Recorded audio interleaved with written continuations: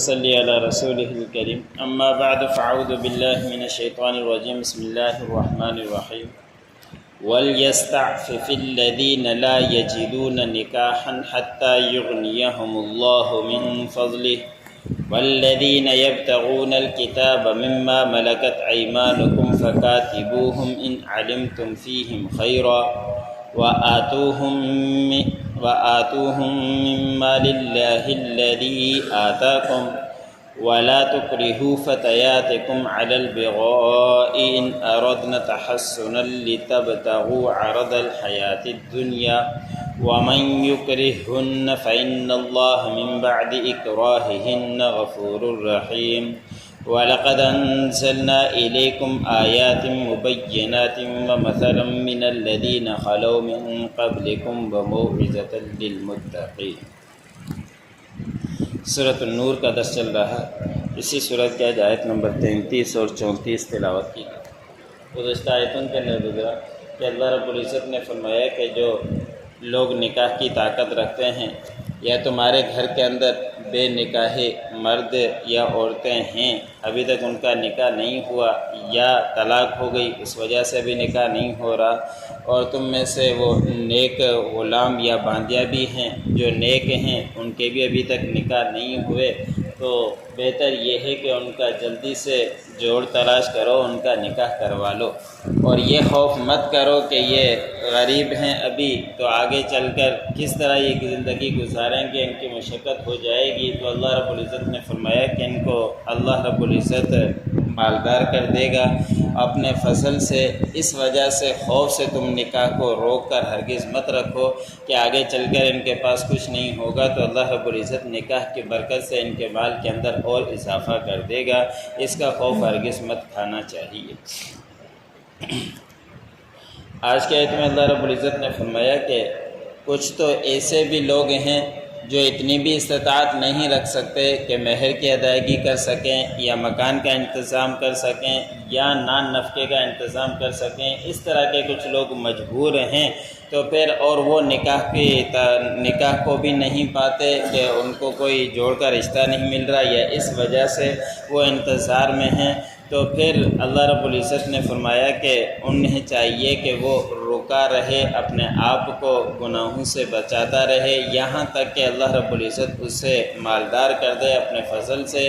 یا جو نکاح نہیں مل رہا کسی سے، عورت نہیں مل رہی کوئی، تو اس وقت بھی انتظار کرے، اللہ رب العزت اس کے لیے آسانی کر دے، تو اس سے گناہ نہ کرے بلکہ گناہ سے اپنے آپ کو روکتا رہے، اور گناہ سے روکنے کا نکاح نہ انتظار میں بیٹھنے کا جو طریقہ حدیث مبارک میں آتا ہے کہ اگر نکاح نہیں ہو رہا اس کو گناہ میں اندیشہ ہے گناہ میں جانے کا، تو اس کے لیے بہتر صورت یہ ہے کہ وہ روزے رکھے۔ روزے رکھنے سے وہ شہواتی قوت میں کمزوری آتی ہے، پھر خود بخود کچھ دن روزے رکھے گا تو اس سے فرق آ جائے گا، اور جو روزے بھی نہ رکھے اور نکاح کا بھی اس کا انتظام نہ ہو، پھر ایسے نہ ہو کہ وہ گناہ کے اندر مبتلا ہو جائے۔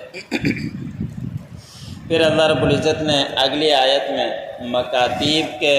متعلق حکم فرمایا ہے۔ مکاتیب جو غلام ہیں اور وہ رقم دے کے اپنی جان چھڑا لے اپنے آقا سے، یا مالک اس کو یہ کہہ دے کہ اتنی رقم دے دو آپ آزاد ہو، اس کو مکاتیب کہا جاتا ہے۔ یہ اس دور میں نہیں ہے، پہلے دور کے اندر ہوا کرتا تھا کہ جب جنگیں ہوا کرتی تھی تو کافر مسلمانوں کے قبضے میں گرفتار ہو کے آ جاتے تھے، کچھ مسلمان کافروں کے قبضے میں چلے جاتے تھے، پر اس میں یا تو قیدیوں کا معادلہ کر دیا کرتے تھے، مبادلہ تبدیلی کر دیا کرتے تھے کہ ہمارا غلام آپ ایک قیدی لے لو، ہمیں مسلمان ایک قیدی دے دو، اس طرح کا کر لیا کرتے تھے، یا فدیے کے طور پر رقم لے کر چھوڑ دیا کرتے تھے، یا قتل کر دیا کرتے تھے، اور چوتھی صورت یہ ہے کہ ان کو غلام بنا دیا کرتے تھے، اپنے پاس رکھتے تھے، ہر طرح کا کام ان سے لیا کرتے تھے۔ اس دور کے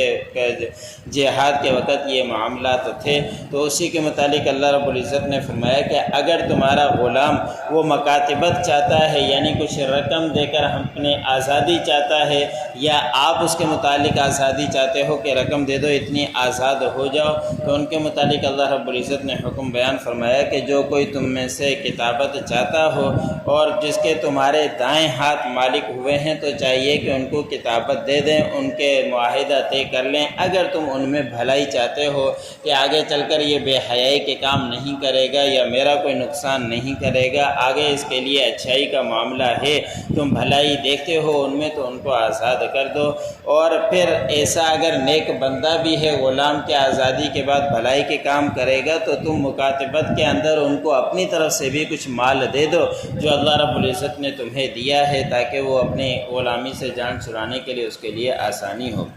پھر اللہ رب العزت نے آگے فرمایا کہ جو باندیاں ہیں اس سے خود تو نکاح کا معاملہ کر سکتے ہو، لیکن اس کو مجبور کر کر دوسروں کی طرف لے جانا اور زنا کروانا، اس سے رقم حاصل کرنا، یہ جائز نہیں ہے، ایسے نہیں کرنا چاہیے۔ روایتوں کے اندر آتا ہے کہ اس آیت کے متعلق خاص شان نزول عبداللہ بن ابی جو منافقین کا سردار تھا، ان کے پاس کچھ باندیاں آ گئی اور اس سے وہ یہ حرکتیں کروایا کرتا تھا کہ زنا کروا کر اس سے رقم اپنے پاس رکھا کرتا تھا۔ اس باندیوں میں سے کچھ مسلمان ہو گئی تو انہوں نے آپ صلی اللہ علیہ وسلم سے شکایت کی، تو اللہ رب العزت کی طرف سے یہ آیت نازل ہوئی کہ ان لوگوں کو ایسے مجبور نہیں کرنا چاہیے گناہ کی طرف، کہ اگر وہ بھلائی چاہتی ہے کہ وہ گناہ کی طرف نہیں جانا چاہتی، وہ پاک دامن رہنا چاہتی ہے، تم اس کے چکر میں دنیا کی زندگی چاہتے ہو، ان کو گناہ کی طرف رغبت کرتے ہو، ان کو گناہ کی طرف راغب کر کے اپنا مال کماتے ہو، اسے ہرگز مت کرو۔ اور جو کوئی ان عورتوں کو باندیوں کو مجبور کرے، بس اللہ رب العزت ان کی مجبوری کے بعد ان کے اوپر کوئی گناہ نہیں کرے گا، لکھے گا، اس لیے کہ وہ تو خود مجبور ہیں، ان کے زبردستی یہ کام کروایا جا رہا ہے، اور اللہ رب العزت معاف کرنے والا اور رحم کرنے والا ہے۔ پھر اللہ رب العزت نے فرمایا کہ تاکہ ہم نے نازل کی ہیں تمہاری طرف واضح نشانیاں اور مثالیں اس سے پہلے بھی جو تم سے پہلے لوگ گزرے ہیں، نصیحت کے طور پر، تاکہ تم پرہیزگاری اختیار کرو۔ ان پورے 3-4 رکوع کے اندر اللہ رب العزت نے حرمت کے متعلق بیان فرمایا، پردے کے متعلق بیان فرمایا اور زنا کے متعلق بیان فرمایا، تو اسی کی نسبت اللہ رب العزت نے فرمایا کہ اس طرح کے پہلے بھی معاملات گزر چکے کہ حضرت مریم علیہ السلام کے اوپر تہمت لگی تو حضرت عیسیٰ علیہ السلام نے گود میں ہوتے ان کی برات کا حکم دیا، تو اس طرح کے معاملات ہوئے۔ حضرت یوسف علیہ السلام کے اوپر بھی تہمت لگائی گئی تو ان کے بھی گواہی بھی ایک معصوم بچے نے دی جو بول نہیں سکتے، لیکن اللہ رب العزت نے ان سے بلوایا۔ تو اللہ رب العزت نے فرمایا کہ اس سے پہلے بھی واقعات گزر چکے ہیں، اس طرح کی مثالیں جن کو اللہ رب العزت نے بری کر دیا تھا، جس طرح کہ حضرت عائشہ صدیقہ رضی اللہ تعالی عنہا کا برات کا اللہ رب العزت نے قرآن پاک کے اندر بھی اعلان کیا۔ وَلْيَسْتَعْفِفِ الَّذِينَ لَا يَجِدُونَ نِكَاحًا، بس چاہیے کہ جو استطاعت نہیں رکھتا نکاح کی، حتیٰ یغنیہم اللہ من فضلہ، وہ انتظار کرے یہاں تک کہ اللہ رب العزت اسے غنی کر دے اپنے فضل سے۔ والذین یبتغون الکتاب مما ملکت ایمانکم، اور جو لوگ تلاش کرتے ہیں کتابت جن کے تمہارے ہاتھ دائیں ہاتھ مالک ہوئے ہیں، فکاتبوہم، پس ان کو مکاتیب تم بنا لو، یعنی ان کے معاہدہ طے کر لو رقم کا۔